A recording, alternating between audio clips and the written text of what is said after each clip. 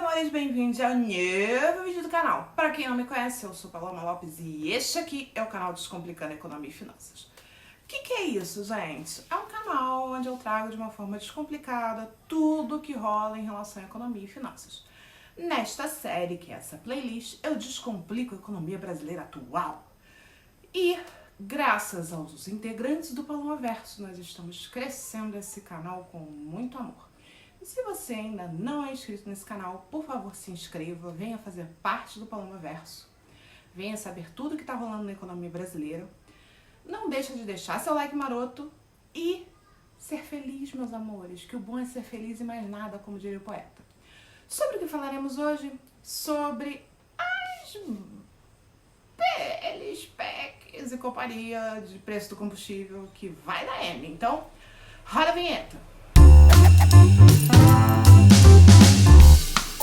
E, como sempre, temos a participação dela, Master Blaster Ultra Caneca, gente, Teletubbies, dizem oi. Eu já consigo ver o solzinho, gente. Eu me amarro em Teletubbies até hoje, me julguem.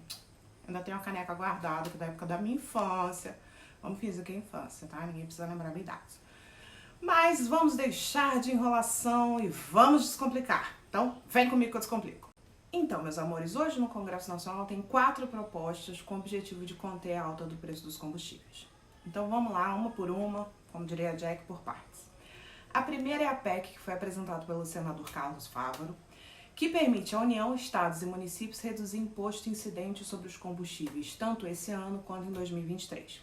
Que impostos são esses? IPI, IOF, CID, PIS, PASEP, COFINS, impostos estaduais, ICMS, a vida. Para vocês terem uma ideia, ela foi apelidada dentro do governo de PEC da irresponsabilidade fiscal. Se a galera do governo, que a gente sabe que tem um monte de coisa, tá dizendo que é irresponsabilidade, pensa como não é. O que estipula o projeto? Zerar qualquer imposto sobre combustível, gás e energia elétrica nesse biênio 2022-2023. Não tem nenhum tipo de compensação.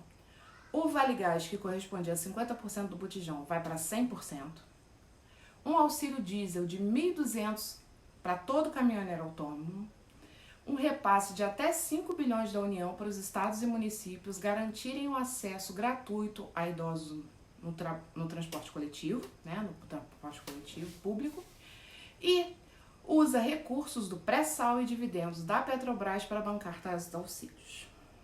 A segunda proposta foi apresentada pelo Cristiano Áureo, deputado federal, que também cita a possibilidade de redução total ou parcial dos impostos sobre os combustíveis.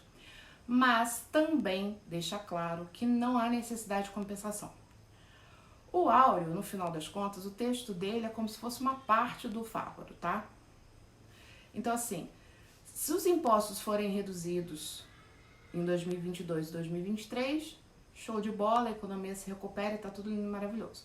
O deputado afirma que essa redução de alíquotas tem sim um impacto na receita da União, dos estados e do município, mas acelera a recuperação do processo de poder de compra das famílias, além de viabilizar a retomada da atividade econômica. Então, no projeto dele, ele fala da possibilidade de zerar imposto sobre os combustíveis também no biênio 2022-2023, não requer nenhuma compensação.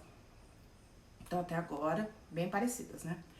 A terceira proposta é um projeto de lei complementar apresentado pelo Emanuel Pinheiro Neto, que se restringe a diminuir só o ICMS, que é um imposto estadual sobre os combustíveis. Esse texto já foi aprovado em outubro de 2021 pela Câmara, mas ainda falta aprovação do Senado. O que o projeto dele estipula? Vamos entender. Ele fixa um valor anual que vai ser cobrado a título de alíquota do ICMS por litro ou metro cúbico de combustível vendido. Depois de definir esse fixo, né, essa alíquota fixa, ela passa a ter vigência de 1 ano. Só que ele estabelece um teto para o ICMS. Ele não pode ser maior do que seria o ICMS se tivesse aplicado na média do preço do combustível nos últimos 2 anos no estado. Então é uma questão que ainda vai para o Senado e tudo para ser votado. A quarta proposta foi apresentada pelo Rogério Carvalho, né, que é um senador, em que ele cria um fundo financiado por impostos sobre a exportação do petróleo bruto e pelo lucro extraordinário da Petrobras com o aumento do preço do barril do petróleo. De acordo com o texto dele, teria um escalonamento para a tributação da exportação do petróleo. E aí seria assim, dessa forma. Vamos entender aqui o que ele propôs. A alíquota seria zero quando o petróleo bruto tivesse cotado até $45 o barril. Seria de no mínimo 2,5% e no máximo 7,5% quando o valor do petróleo bruto tivesse entre $45 e $85 o barril. Seria no mínimo de 7,5% e no máximo de 2,5% quando o valor do petróleo bruto tivesse entre $85 e $100 o barril.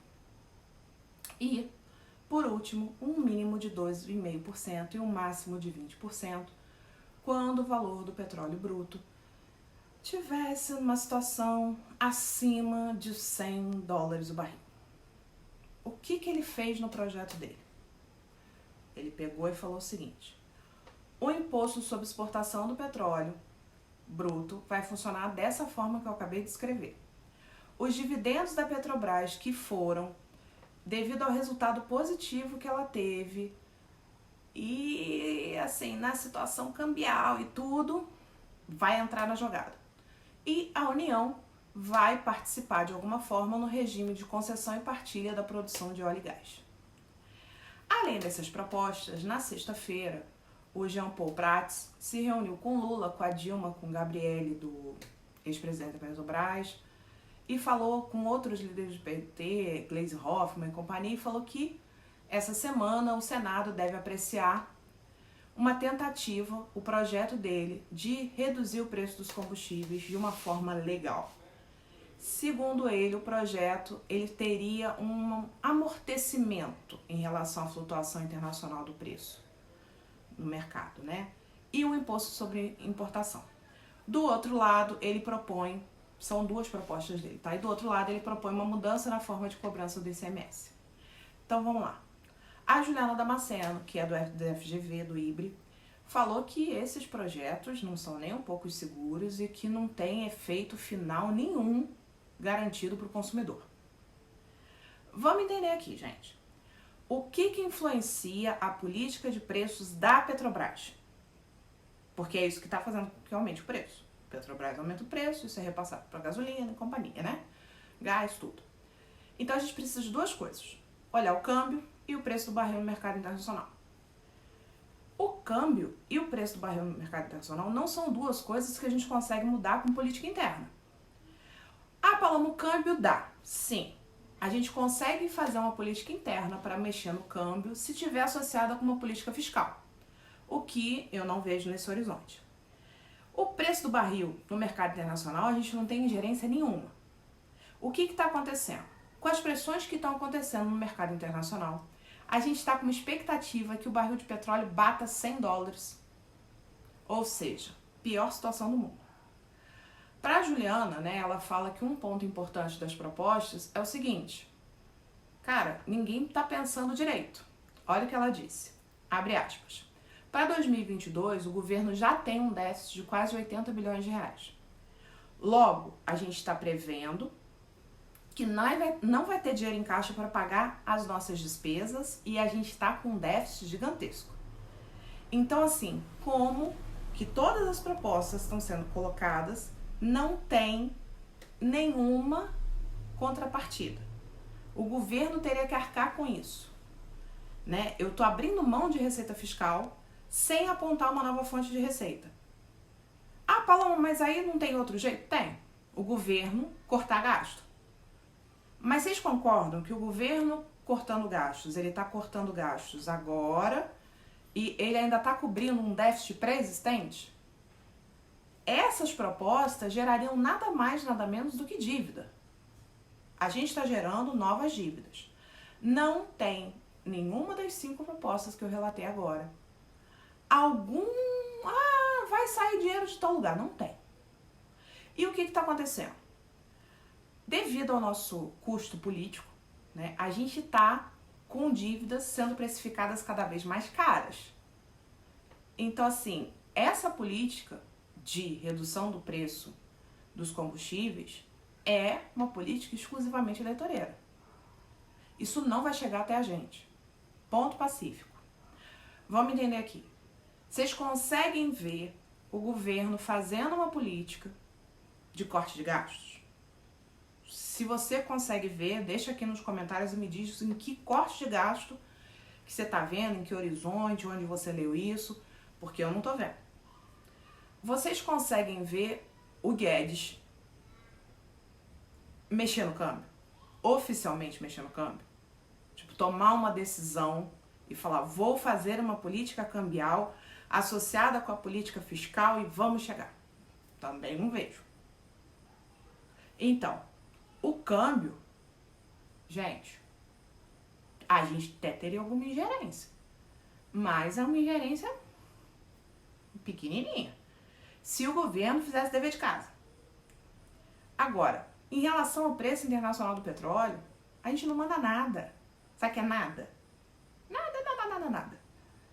Então, assim, o que pode acontecer?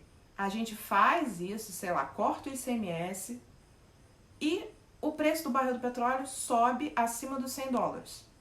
Isso vai ser repassado e o combustível vai voltar para o mesmo patamar que está agora e ainda gerou uma dívida pra gente. Num curto período de espaço, a gente fez uma cagada generalizada. Paloma, então você está dizendo que o consumidor tem que fazer qualquer outra coisa.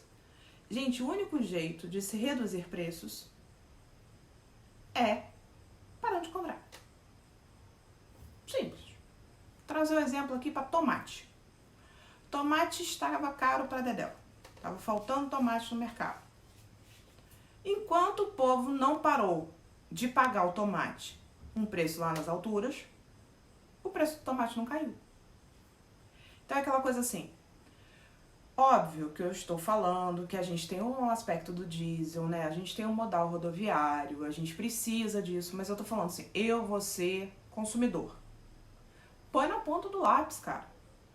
Vale a pena efetivamente você andar de carro hoje em dia? Você que tem carro, quantos quilômetros por litro ele tá rodando? Soma isso mais estacionamento que você gasta e contrapõe com táxi, com Uber, com 99, faz as contas.